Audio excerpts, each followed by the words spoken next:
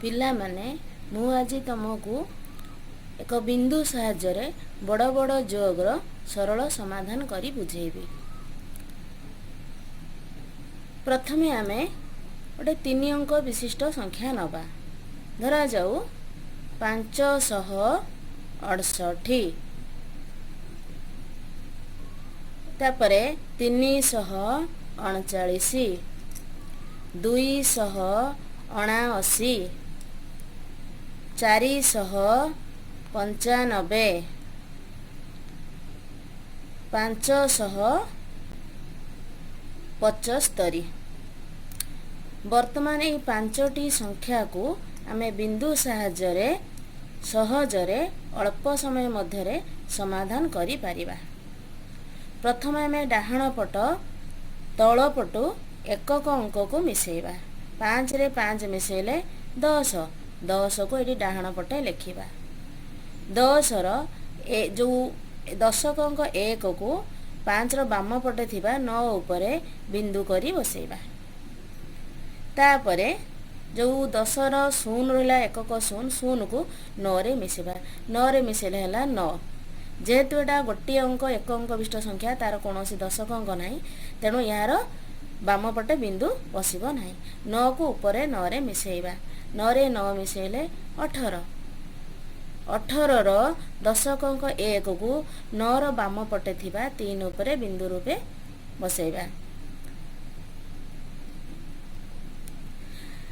18ର ଯେଉଁ ଏକକ ଅଙ୍କ 8 ରହିଲା, ସେ 8କୁ ଉପରେ ଥିବା ଏକକ ଅଙ୍କ 8 ସହିତ ମିଶାଇବା। 8ରେ 8 ମିଶାଇଲେ 16। 16ର ଯେଉଁ ଦଶକ ଅଙ୍କ 1 ଅଛି, 1କୁ 8ର ବାମ ପଟେ 6 ଥିବା ତା ଉପରେ ବିନ୍ଦୁ କରି ବସାଇବା। 16ର ଯେଉଁ ଏକକ ଅଙ୍କ 6 ରହିଲା, ତାକୁ ଆମେ ତଳେ ଏଠି ଲେଖିବା। ତାପରେ 7ରେ 9 ମିଶାଇବା। 7ରେ 9 ମିଶାଇଲେ ହେଉଛି 16। 16ର ଯେଉଁ ଦଶକ ଅଙ୍କ 1କୁ ବିନ୍ଦୁ ରୂପେ 4 ଉପରେ ଲେଖିବା। ତାପରେ 16ର 6କୁ ଯେଉଁ 9 ଉପରେ ବିନ୍ଦୁ ସହିତ ମିଶାଇବା। 6 1 7, 7ରେ 7 ମିଶାଇଲେ ହେଲା 14। 14ର ଦଶକ ଅଙ୍କ 1କୁ ବିନ୍ଦୁ ରୂପେ ନେଇ 7ର ବାମ ପଟେ ଥିବା 2 ଉପରେ ଲେଖିବା। 14ର ଏକକ ଅଙ୍କ 4କୁ 3 ସହିତ ମିଶାଇବା। 7 ଉପରେ ଯେଉଁ 3 ଉପରେ ଶୁଦ୍ଧ ବିନ୍ଦୁ ଅଛି, 7ରେ ଶୁଦ୍ଧ ବିନ୍ଦୁ 1 ମିଶାଇଲେ 8। 8ରେ ଉପରେ ଯେଉଁ 6 ଅଛି, 6 ମିଶାଇଲେ 8 6 14।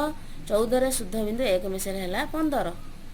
15ର ଦଶକ ଅଙ୍କ 1କୁ ଶୁଦ୍ଧ ବିନ୍ଦୁ ରୂପେ 5 ଉପରେ ଲେଖିବା। ଶତକ ଅଙ୍କ 5 ଉପରେ ଲେଖିବା।